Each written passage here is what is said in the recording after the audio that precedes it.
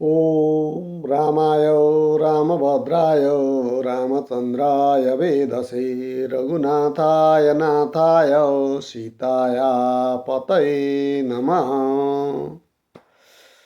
आजको पावन दिन रामनवमी वास्तवमा भगवान मर्यादा पुरुषोत्तमको आज जन्मदिन।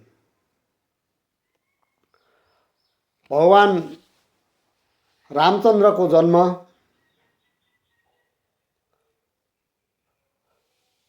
भारतको अयोध्या नगरीमा भएको थियो,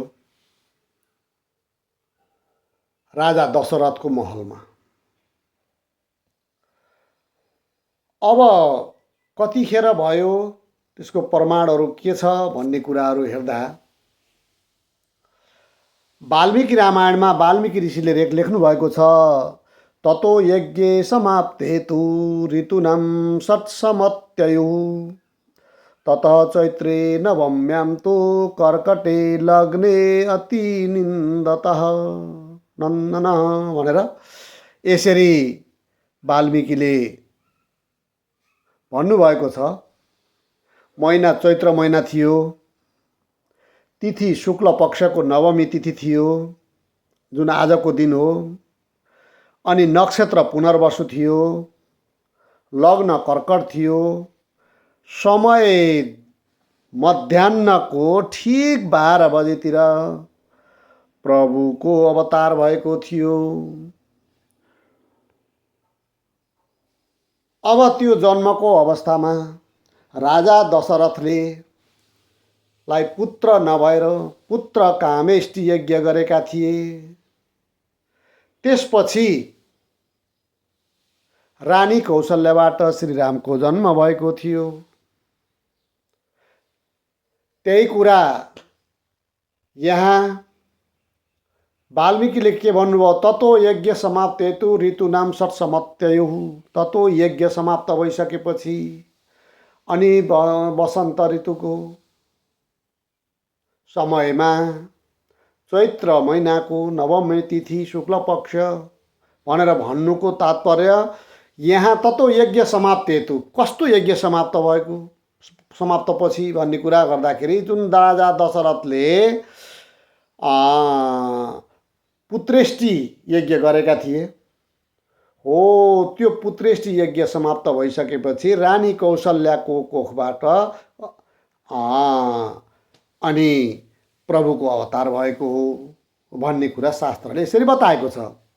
त्यति बेला सारा ग्रहहरू पनि शुभ अवस्थामा थिए, देवताहरूले पनि माथिबाट पुष्पवृष्टि गरेका थिए, सम्पूर्ण वातावरण दिव्य र शान्त थियो। र त्यस्तो अवस्थामा भगवान रामको जन्म भएको थियो। अनि यो कुरा तुलसीदासले पनि आफ्नो रामायणमा बताउनु भएको छ। नवमी तिथि मधुमास पुनीता शुक्ल पक्ष अभिजित हरि प्रीता भनेर तुलसीदासले पनि भन्नुभएको छ। उहाँले पनि चैत्र महिनाको शुक्ल पक्षको नवमी तिथि नै तोकेर बताउनु भएको छ। र अनि भगवान रामचन्द्र मर्यादा पुरुषोत्तमको रूपमा अवतार लिनुभएको छ। उहाँ विष्णुको अवतार हो। भगवान विष्णुको अवतार रामले लिनुभएको छ। यस मर्त्यलोकमा मान्छेहरूले एउटा मानवताको जीवन कसरी व्यतीत गर्ने, कसरी बिताउने, अनि मानवीय प्रवृत्तिलाई कसरी चाहिँ अँगाल्ने, एउटा घर परिवार दाजुभाइ इष्टमित्र सबैसँग कस्तो व्यवहार गरेर जीवनयापन गर्ने आदि कुराहरू व्यवहारबाट आफूले प्रयोग गरेर आफूले गरेर देखाएर अनि सबै मान्छेलाई सन्मार्गमा डोर्याउनको लागि र दुष्प्रवृत्तिले युक्त भएका राक्षसी प्रवृत्तिका ती राक्षसहरूले यो पृथ्वीमा ठुलो भार पारिरहेका छन् अनि आध्यात्म मार्गमा लागिरहेका ऋषि मुनिहरूका यज्ञ याग आदिको चाहिँ विध्वंस गर्ने रावण जस्ता अनेकौं दुष्प्रवृत्तिका राक्षसहरूलाई को अन्त्य गर्नको लागि र तिनीहरूको उद्धारको लागि पनि भगवान रामचन्द्रको अवतार भएको हो। र उहाँलाई के भनिन्छ भने मर्यादा पुरुषोत्तम राम, पुरुषहरूमा उत्तम को रूपबाट चाहिँ आउनुभएको छ उहाँ प्रभु, पुरुषहरूमा उत्तम हुनुहुन्छ। त्यसकारण मनुष्यको अवतार लिएर, मनुष्यको रूपमा अवतार लिएर मनुष्यलाई सन्मार्गमा डोर्याउनको लागि, मनुष्यलाई सबै सदाचरणमा लानको लागि प्रभुको आगमन भएको हो। त्यसकारण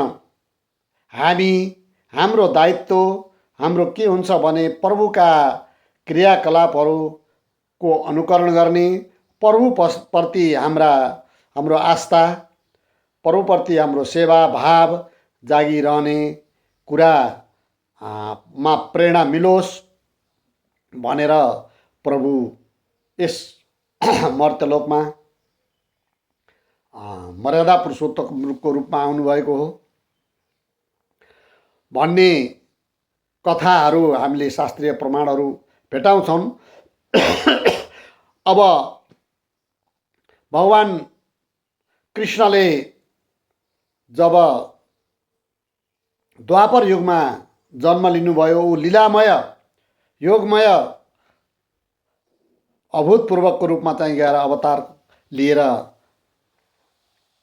अनि यो पृथ्वीको भार हडन गर्नुभएको थियो भने यो त्रेता युगमा भगवान रामचन्द्रले मनुष्यको स्वरूप लिएर आउनुभयो र यो पृथ्वीको